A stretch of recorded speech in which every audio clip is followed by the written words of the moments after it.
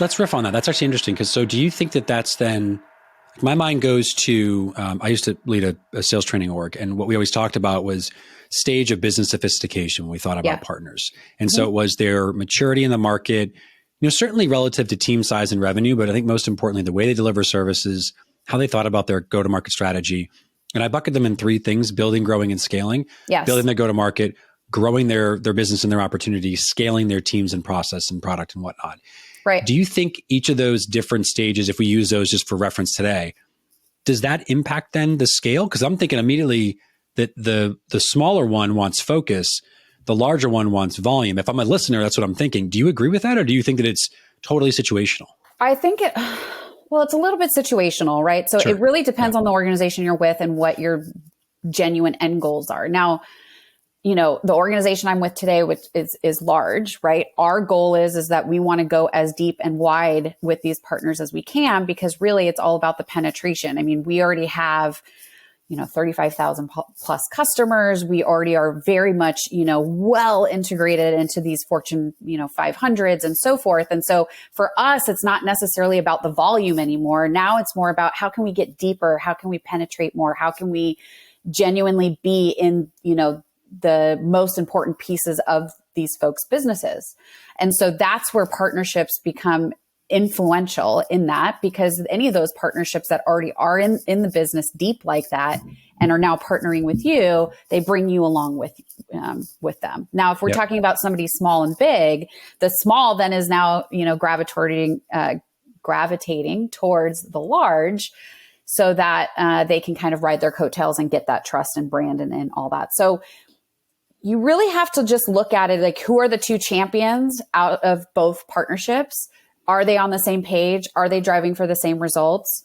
And if so, most of the time, they find a really, really good medium, and both, parties are equally happy and getting everything that they want out of it. So that's why I say it's a little bit situational, just because it depends on what they're looking to gain. Right. That's logical. Yeah. But, I like I said, I think what I genuinely focus on is, how do we cultivate those that are really quality over quantity? Because you see it time and time again where these organizations create these partner ecosystems that have hundreds of partners, right? But at the end of the day, or thousands even. And at the end of the day, you look at that and, is it really making a tangible difference? Are they actually partners? Or are now you just seeing them as another type of customer that you're just trying to pump in, right? Yeah, the rev engine. You see it all the time. The high volume stuff. Every time I talk to somebody who's like, we want to add 1,000 partners this year. Like, cool. Why? What are you trying to get to?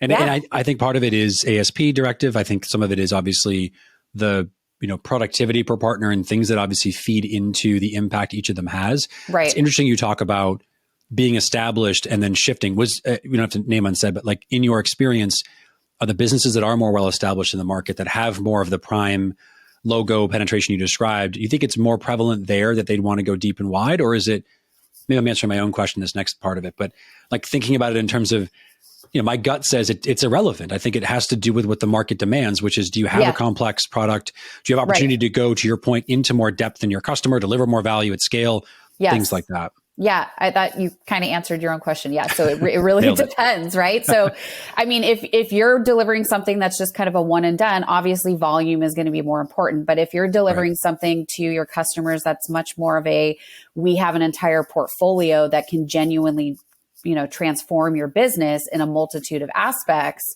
then deeper and wide is the way that you want to go. So again, you have to kind of evaluate what is it that you're after? What is really the true, value that you're looking for your customers? And then, that's kind of how you go and get it.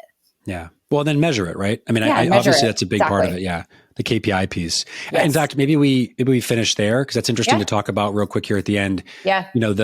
The idea of long-term strategy, long-term plan.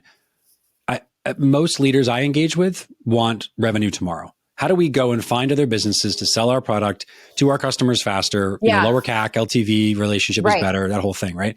How much of what you have done in your career was that, I describe it as a kind of run and gun, versus we want to build a dynamic that we can scale and develop, cultivate, great word, right, over time, something that's much greater than ourselves? So it really depends on the again, it depends on the organization. Yeah, totally. I would say the ones that are the most successful are the leaders that actually understand what partnerships can do. It's more than just the dollars that are being brought into the organization. It's also about building customer value and trust. It's also about building your brand. It's also about again, that deeper penetration than what you're used to on the surface level with your AMs and AEs that are out there, really pumping your product. So that's where when leadership genuinely understands that and they see the value in that for long-term capabilities rather than just a hockey stick effect. Yeah. That's when you really see the most successful partner programs. Now, when you see those that are just looking at it as, hey, this is another channel that we can just pump in a ton of revenue on,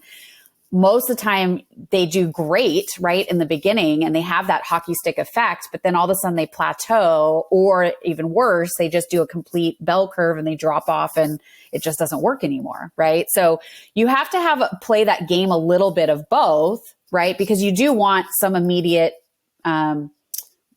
reward for all the work that you've been doing with tactical that partner, value, whatever, sure. Right? Tactical value.